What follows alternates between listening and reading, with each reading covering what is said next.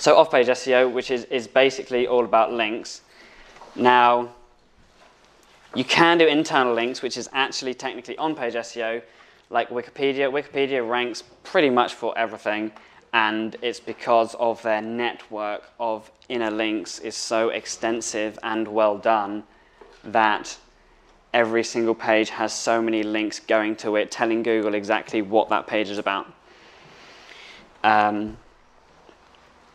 Is that because of the referencing? Huh? Is that just because of the referencing or something else? It's because of, I mean, there's a lot of traffic on the website, which helps, but it's because there's so much anchor text on the internal links going to those pages. Like the structure, the URL structure of the website and the links is ridiculous. And it clearly tells Google, this page is exactly about this. So there are different types of links that you can receive. You can have links from social properties or Web 2.0s. Web 2.0s are basically websites where you can create your own page on them. They're not social properties, but you don't pay. For example, strikingly, like I have a page, a sub page on Strikingly that is for my business. It's not my website, but I can create this for free, and then I've got a link back to my website from this website. Now, if you're a local business and you're trying to rank for local terms like Bristol Plumber, citations are very important. Citations are basically any place where you have your NAP, your name, address, and phone number that is linking to your website. So Google My Business, and these are basically mostly directories. So Google My Business is the best one. Then you've got things like Yelp, you've got Yellow Pages, you've got loads of them. They're really useful. You can also have links in blog comments. You can do posts in forums that link to you. You can do press releases. And then there's just other websites, so other proper websites that link to you. Now, this is pretty much the most important thing. I would kind of say that, like, in terms of doing SEO, your on page is like 2% of the work. Then you've got like social fortress, like branding yourself. That's kind of like 8%, and then like 90% is kind of like proper links that are going to your website. That is what really like creates the power and the relevance for your website to rank. With links, it's important to have it from different referring domains. If you have 20 links from one website, it's not as good as having 20 links from 20 different websites. It also matters how powerful is the website and the specific page on that website that is linking to you. And it's good to have a variety of different links because, again, if you have all of one specific type of link, then it looks more unnatural. Now, something that Google is now focusing on is the relevance of the linking website or page that is linking to you. And this, again, is from where are the keywords that you want to rank for on their web page.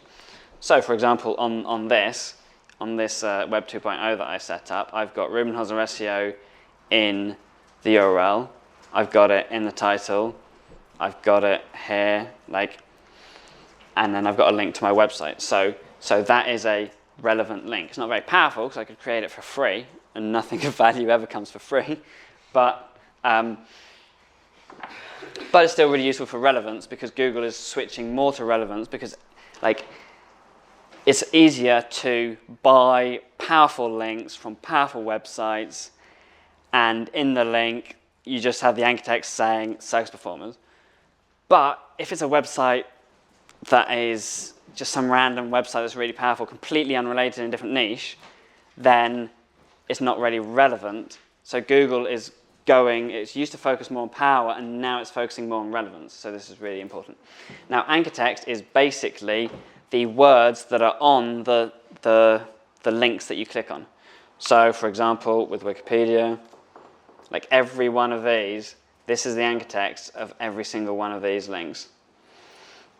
Now, it's important to have natural anchor text distribution. If I am a new website and I build 20 links and every one of the links says circus performers for parties in 2019, that's going to look weird to Google. So you want to copy, you want to do what is natural, and what is natural is things like bestbuy.com.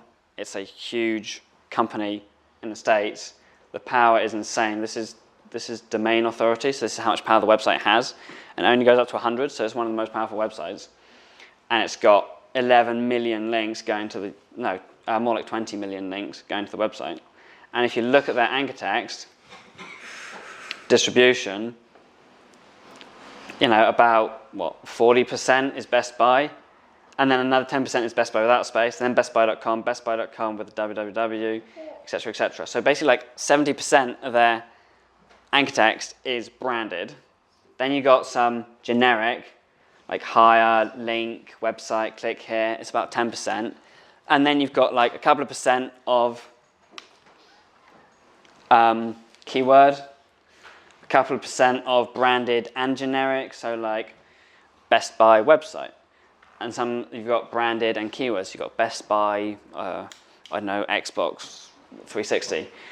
And then you want to have 1 to a few, depending on how many links you have, exact match keywords to use on your best links. So for example, if I wanted to rank for circus performers, then in my links, I would do lots long tails, I would do branded links, I would do generic links, and then when I'm like, okay, this is looking natural, I will now specifically hit exactly the most important keyword to me, that anchor text you want to use on your best link, so from the most powerful, most relevant website with the most amount of traffic.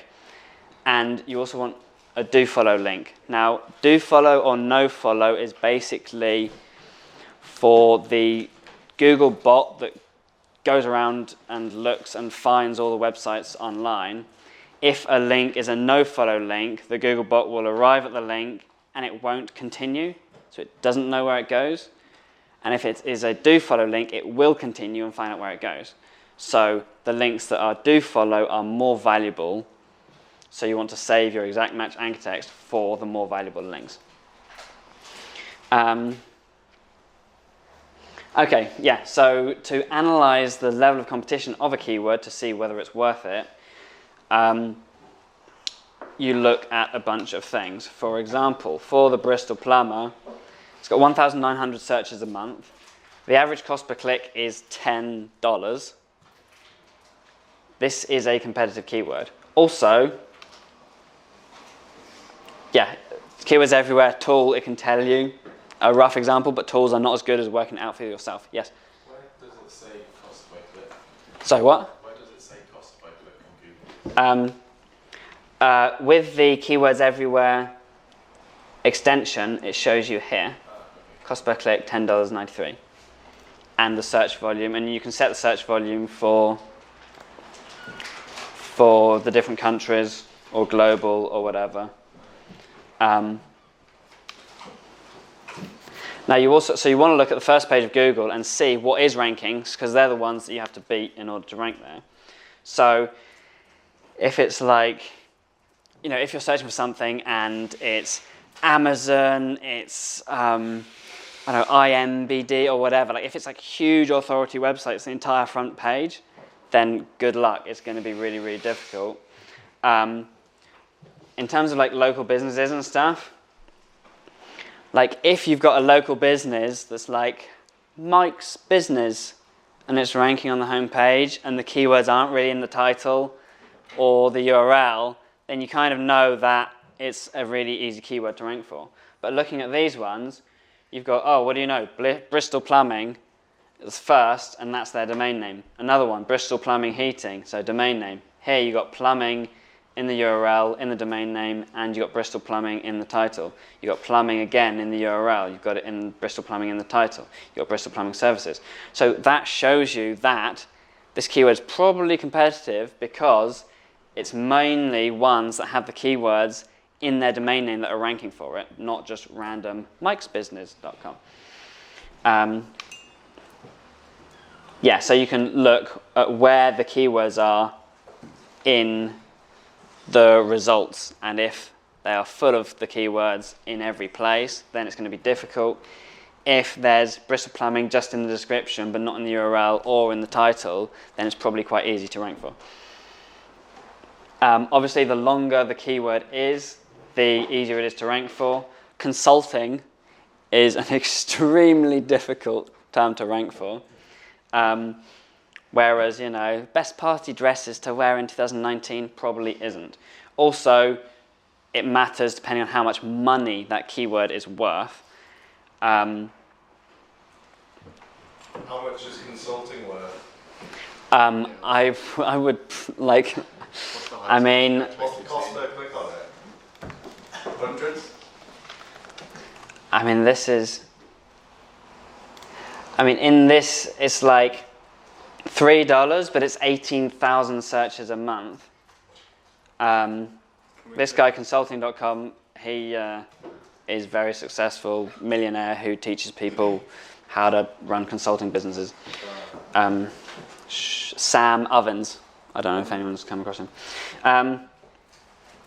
And then, if the tighter the location, the less you have to compete with. So Bristol plumber is quite a big keyword, but if it's like Clifton plumber or whatever, then your competition is smaller, so it's easier to rank for. And just plumber would be difficult because you're kind of fighting the whole country /world. But Google does every search now. People used to type in like dentist near me. That is basically becoming obsolete now because Google takes into account your location with every single search that you do.